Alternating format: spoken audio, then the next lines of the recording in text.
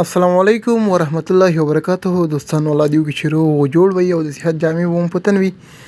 په نننۍ ویډیو کې به مونږ وایو انګلیش سنټنس ویت اردو ان پښتو مینینګ، انګلیسي جملې له پښتو او اردو معنا سره. نو راځئ شروع کوو. دوستانو که زموږ چینل مو نوی سبسکرایب کړئ، زموږ چینل سبسکرایب کړئ او لایک کړئ او د بیل نشان وهئ. نو راځئ شروع کوو. کله چې تاسو یو کس په فکر کې وګورئ یا په اندېښنه کې وګورئ او غواړئ هغه ته ووایئ چې فکر مه کوه، نو تاسو په انګلیش کې داسې ویلی شئ چې ډونټ وري، ډونټ وري، فکر مه کوه یا اندېښنه مه کوه. کله چې تاسو یو څوک کار پسې ولېږئ او ورته وایئ چې مه ناوخته کوئ یا ځنډ مه کوئ، نو په انګلیش کې داسې ویلی شئ چې ډونټ ډیلای، ډونټ ډیلای.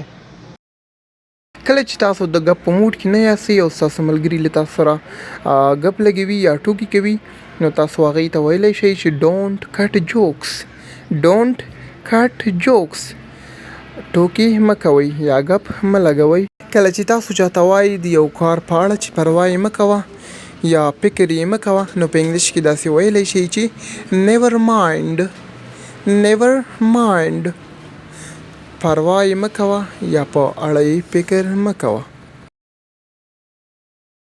کله چې تاسو یو چاته یو څه ووایئ یا څوک تاسو ته څه بد در ورسوي، نو تاسو ورته وایئ چې هېڅکله یې مه هېروه، نو تاسو په انګلیش کې داسې ویلی شئ چې نیور فارګیټ، نیور فارګیټ، هېڅکله یې مه هېروه.